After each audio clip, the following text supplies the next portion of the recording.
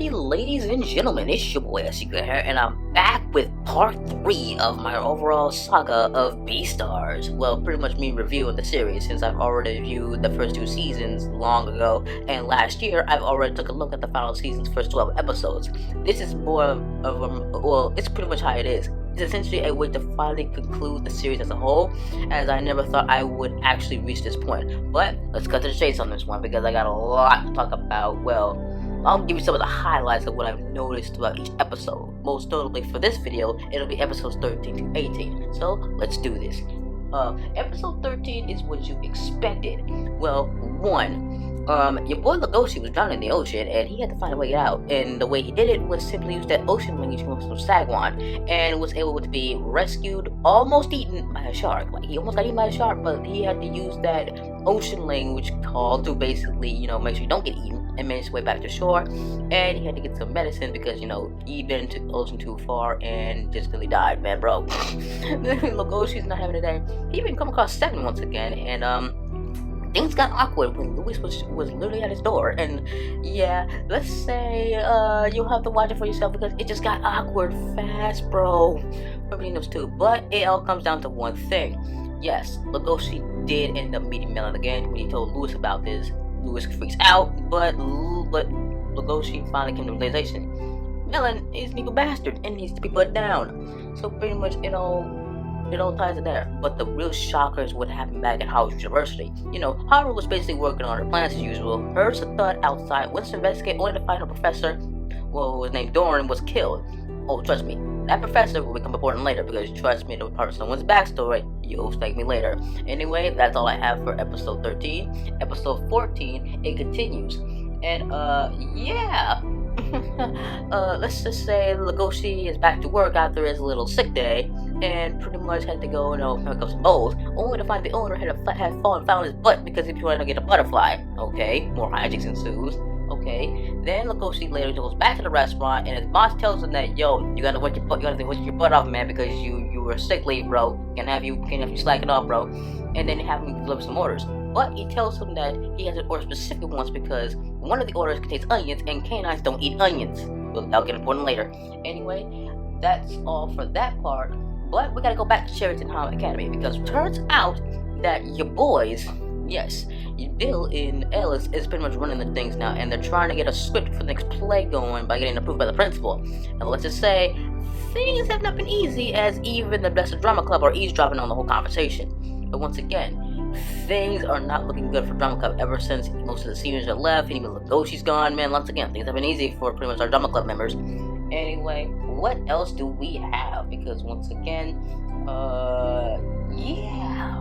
Well, yeah, that's just how it is, because, oh, and pardon me if I sound kind of off. I'm just reading off the notes that I got from these episodes mostly, because just bear with me on this one, because a lot's going down. But yes, elsewhere, we got freaking Melon basically overviewing some of the herbivores and carnivores having a conversation with each other, and it makes him jealous, bro, because once again, he hates them damn interspecies couples. He hates them.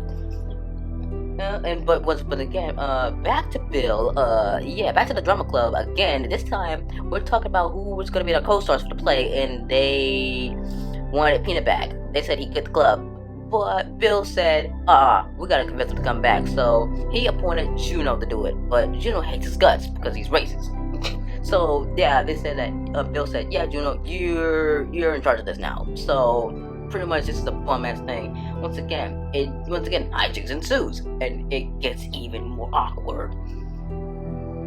But how to end this off? Simply, Jack and the boys reunite with Legoshi, and they had a fun time as adults, and they talked about their careers and choices as adults, and we ended on that note.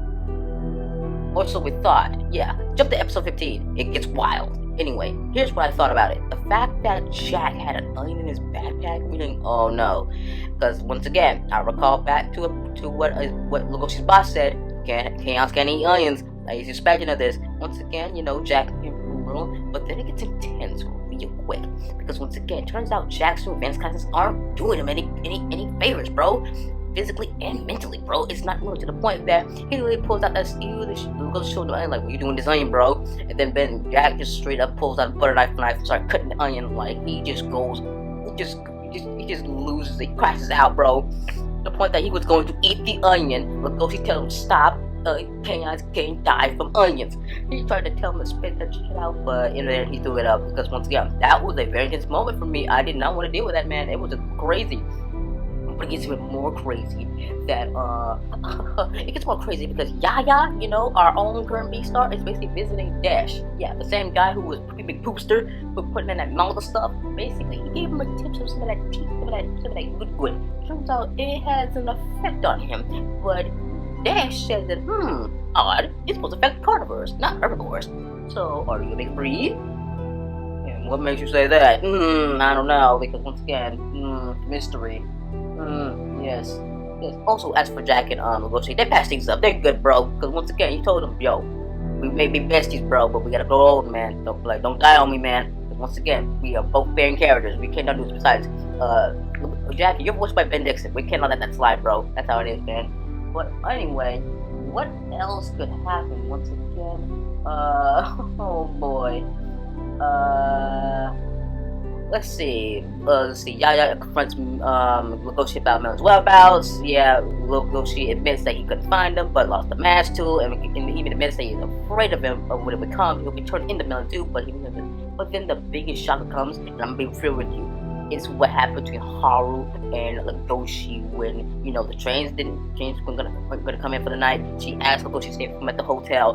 Legoshi was freaking out. I'm like, okay, yep, more like WTF moment, because once again, it gets to the most unhinged moment in the show.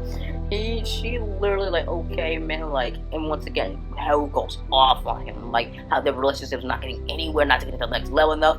But once again, Legoshi tells her about the risk, bro. But once again, Haru did not give a damn. She just want to taste of him, bro. She wants some of that Legoshi dick. It's just crazy, bro. At this point, I was like, yep, I'm done. And the point that they were actually going to do it, like they even put in a pants zipping sound effect to just to throw viewers off. But we know how this is. This is BEASTARS. You really think they're gonna go that far? No, I think not. But in short, man, she actually noticed in the bullet wounds that he got from his previous encounters with Melon, but even though she don't know who Melon is. But once again, Legoshi tells her, like, hold up, back up. Then she throws him on the bed as usual, and pretty much hijinks ensues. And once again, it's a really touching moment between these two, because one, they have been since the very beginning, but once again, it's rocky, but we're getting there. These things take time, you know. But let's move on to episode 16, and oh boy, Legoshi, you really think you killed Haru? No, you didn't. She just spilled tomato juice on the goddamn bed. And then, well,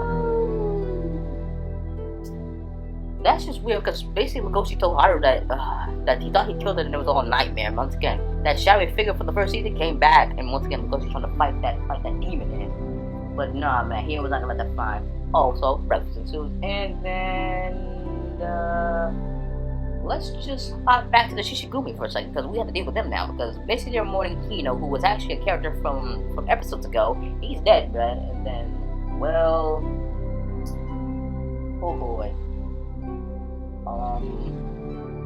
Yeah, they were mourning him, and then Legoshi's telling like, hey, yo, I need to know where Melon is. But yeah, the Shishigumi are not having it with him, man. They basically to the point that he, like, Legoshi tried to do the Naruto fan third term top no jutsu to try to convince them, like, no, we got the same enemy, bro. But even if they are, they're still pretty much thugs, bro. So once again, there was been then a scuffle ensues. But once again, they actually captured him to the point that they had to get their boss Luis to get in on it, man. Once again.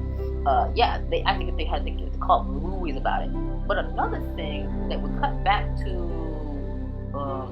North, like Ori or something, like yeah, that's the funny thing about it was, no, not really, but we had to cut back to the mayor and Louis on this one. They wanted the whole Olympics thing. Yeah, the whole Olympics things happened, and basically they wanted this artificial meat.